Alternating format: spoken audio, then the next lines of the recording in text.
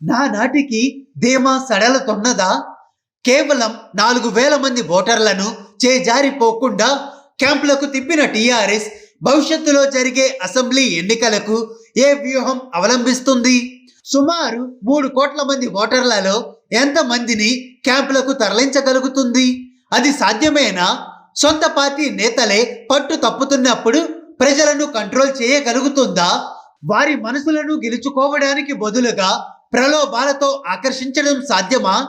అంత భారీ స్థాయిలో డబ్బులను వెచ్చించగలుగుతుందా? 7 ఏళ్లుగా ఏది చెబితే అది నడిచింది. ఇప్పుడు ఆ పరిస్థితి లేదు. ఇందుకు నిదర్శనమే తాజా క్యాంపు రాజకీయాలు. తెలంగాణ రాష్ట్రాన్ని సాధించిన ఉద్యమ పార్టీగా టీఆర్ఎస్ కు ఒక గుర్తింపు ఉన్నది. రాష్ట్రం ఏర్పడిన తరువాత అది ఫక్తు రాజకీయ పార్టీగా మారిపోయింది అని అధినేత కేసీఆర్ చెప్పుకోవచ్చు. కానీ ప్రజలు మాత్రం దాన్ని ఇప్పటికీ ఉద్యమ పార్టీగానే భావిస్తున్నారు. అందుకే ఉద్యమకారులకు తగిన ప్రాధాన్యం ఇవ్వడం లేదు అంటూ తరచూ విమర్శలు వినిపిస్తున్నాయి. ఉద్యమ ద్రోహులకే పెద్దపీట వేస్తున్నట్లు కేసీఆర్ పైన ఆరోపణలు వస్తున్నాయి. ఆయన మాటను శిరోధార్యంగా భావించేవారు లక్షలాది మందే ఉన్నారు. ఎదురు తిరగడానికి ధైర్యం చేయరు. బాస్ ఈజ్ ఆల్వేస్ రైట్ అనుకుంటూ ఉంటారు. కేసీఆర్ కూడా అదే కోరుకొని ఉండొచ్చు. 7 ఏళ్ల ఆయన వ్యవహార శైలి చూస్తే అదే నిజమనిపిస్తోంది. క్రమంగా ఆ భావన తొలగిపోతున్నది. ఎదురు తిరగడం మొదలయ్యింది. గొంతు విప్పడం ప్రారంభమయ్యింది. మొన్న హుజూరాబాద్ లో ఈటెల రాజేందర్, నిన్న కరీంనగర్ మాజీ మేయర్ రవీందర్ సింగ్ అందుకు ఉదాహరణ. ఇంకా బయటపడని నేతలు చాలా మందే ఉన్నారు. సమయం సందర్భం కోసం వేచి చూస్తున్నారు. జీ హుజూర్ అంటూ ఎంతకాలం పల్లకి మోసిన వారే ఇప్పుడు సవాళ్లు విసురుతున్నారు. అటు హుజూరాబాద్ అసెంబ్లీ ఉప ఎన్నికలో సొంత పార్టీ కార్యకర్తలను జారిపోకుండా కాపాడుకోవడానికి పార్టీ భారీ స్థాయిలోనే ఖర్చు చేసింది. క్రమశిక్షణ ఉన్న కార్యకర్తలు అని చెప్తూనే డబ్బులతో వారిని సర్దుబాటు చేయక తప్పలేదు. పార్టీ అధినేతగా కేసీఆర్ తన కేడర్ను, లీడర్లను కంటి చూపుతోనే కంట్రోల్ చేయగలిగారు. పార్టీ టికెట్లు, మంత్రివర్గంలో స్థానం మొదలు నామినేటెడ్ పదవుల వరకు ఆయన చెప్పిందే వేదం.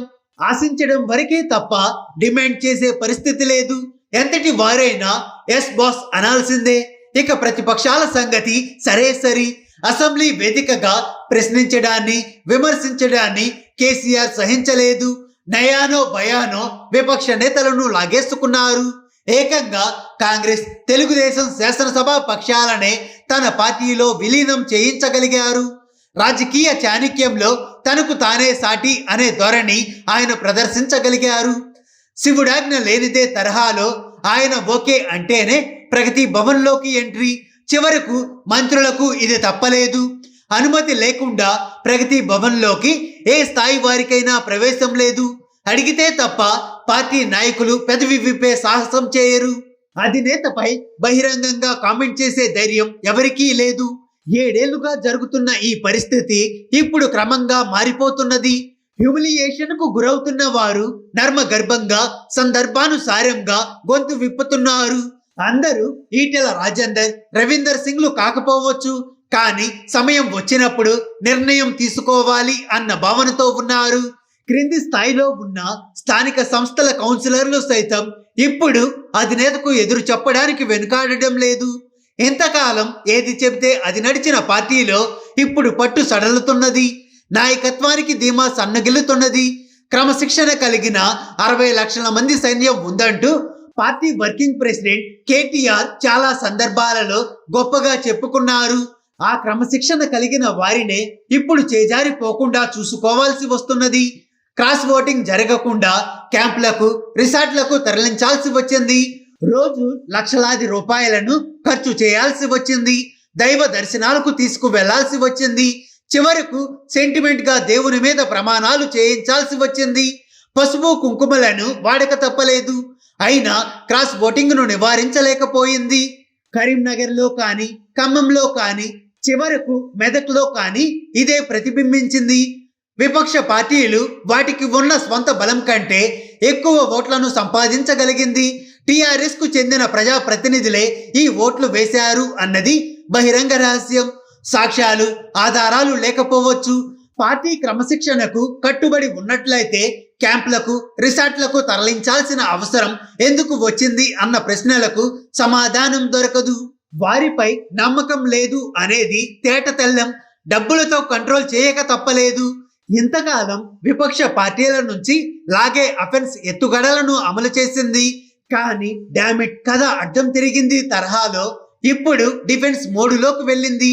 సొంత పార్టీని విడిచి అవతలి పక్షంలోకి వెళ్లకుండా కేడర్ను కాపాడుకోవడానికి ఆత్మరక్షణ అనివార్యమయ్యింది. స్థానిక సంస్థల ఎన్నికలలో కేవలం 4,000 పైచిలుకు ఓట్ల కోసం క్యాంపు రాజకీయాలు చేపట్టాల్సి వచ్చింది. ఆర్థికంగా పెద్దగా ఇబ్బంది పడలేదు.